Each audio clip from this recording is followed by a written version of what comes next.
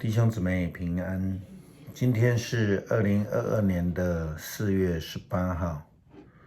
今天的经文是诗篇118篇第1到第2节，14到24节，约书亚记第10章16到27节，哥林多前书第5章第6到第8节。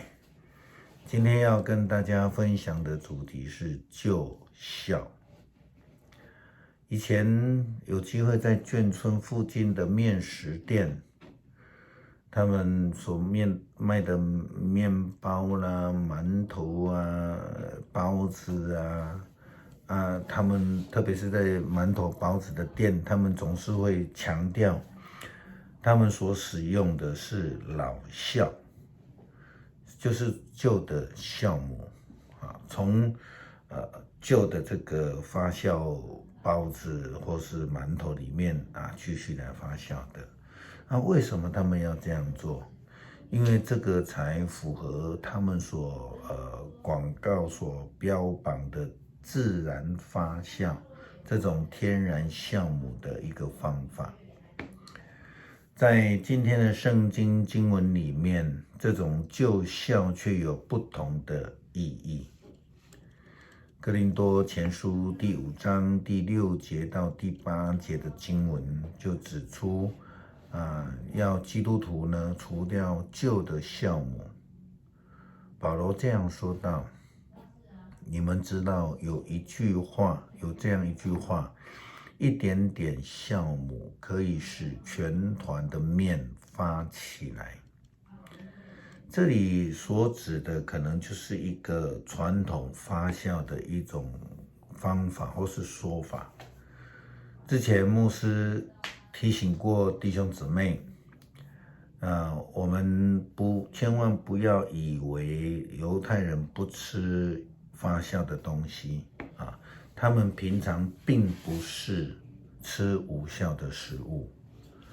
证据就在除酵节的规定里面。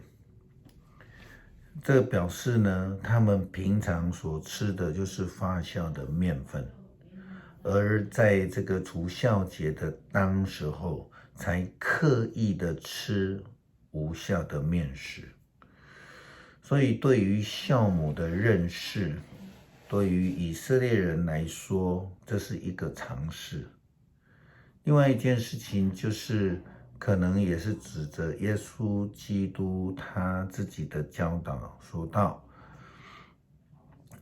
耶稣又跟他们讲一个比喻，他说天国就像酵母一样，有一个妇人拿了这些酵母去混在这个3公升的面粉里面一起搅拌，最后整个面团都发酵起来。这是马太福音第13章33节的经文告诉我们的。对于酵母的比喻以及教导，在圣经里面，耶稣有几个不同角度的教导。耶稣基督说，酵母呢，就如同是天国，也说要提防法利赛派的酵。耶稣这样讲，门徒到湖的旁边才知道，那一边去的时候才知道他们忘记带饼。耶稣就告诉他们说，当注意听，要这个来防备法利赛派和撒都该派的酵母。因为这样子，所以门徒就互相的议论说，那是因为我们没有带饼吗？耶稣知道就说，你们这些小信的人你们是怎样在议论没有带饼的事情呢？你们岂不知道不明白，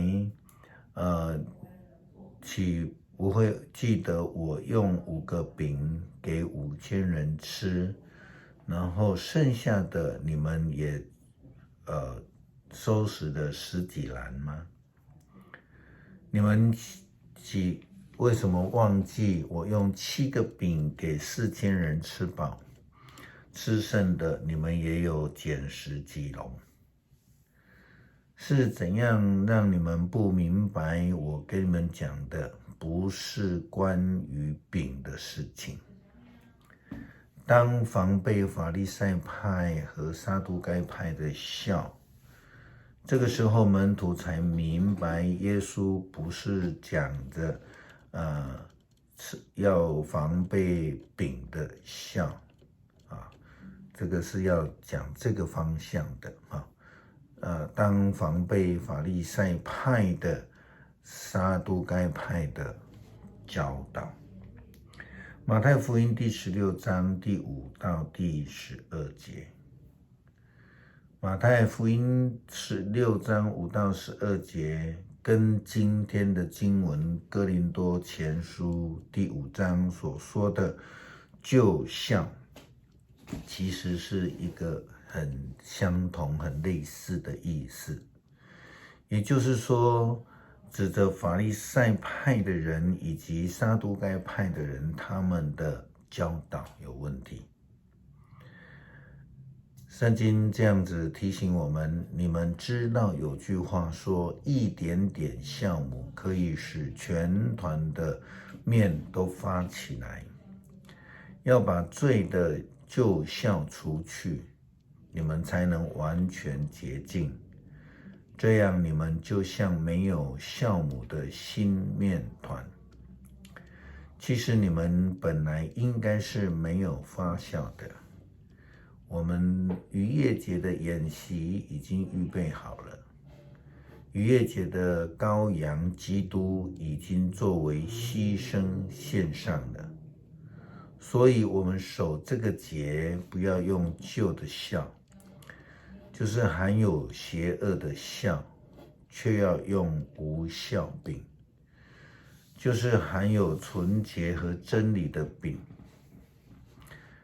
基督徒的生命必须要能够脱离法利赛派以及撒都该派的人这种不好的教导以及影响。他们所代表的是旧的传统，是以律法主义为依归。他们呢，拒绝救恩的教导，这也正是耶稣基督所强调的。基督徒领受救恩，就应当是一位新造的人，要追求新天新地，就是上帝的国度，追求与主同居住，不应当再回头去顾念那一些旧的律法思维、旧的价值观，不应当再受旧教的酵之影响。基督徒应当追求如同保罗所强调的，成为一个新创造的人，并且要能愿意献自己成为活祭。我们在肉体的生命必须要往前，时间也是在往前，而且不回头。信仰的生命更不可能不往前的不能只有顾念旧的。正如罗德的太太，她在追求救恩的时候，她转头顾念那一些割舍不下的家乡，她就失去了这个得救的机会。如同耶稣基督的教导所说的，手扶着犁向后看的人不配进神国。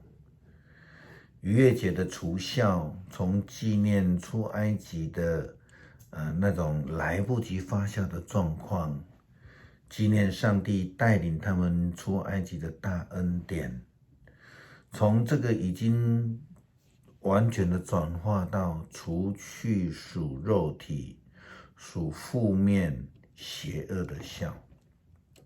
因此保罗才这样子的提醒哥林多教会的基督徒说，所以我们要守这个节，不要用旧酵，就是含有邪恶的酵，却要用无酵饼，就是含有纯洁和真理的饼。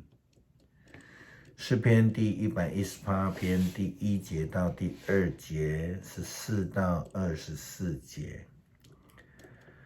要感谢上主，因他至善，他的慈爱永远长存。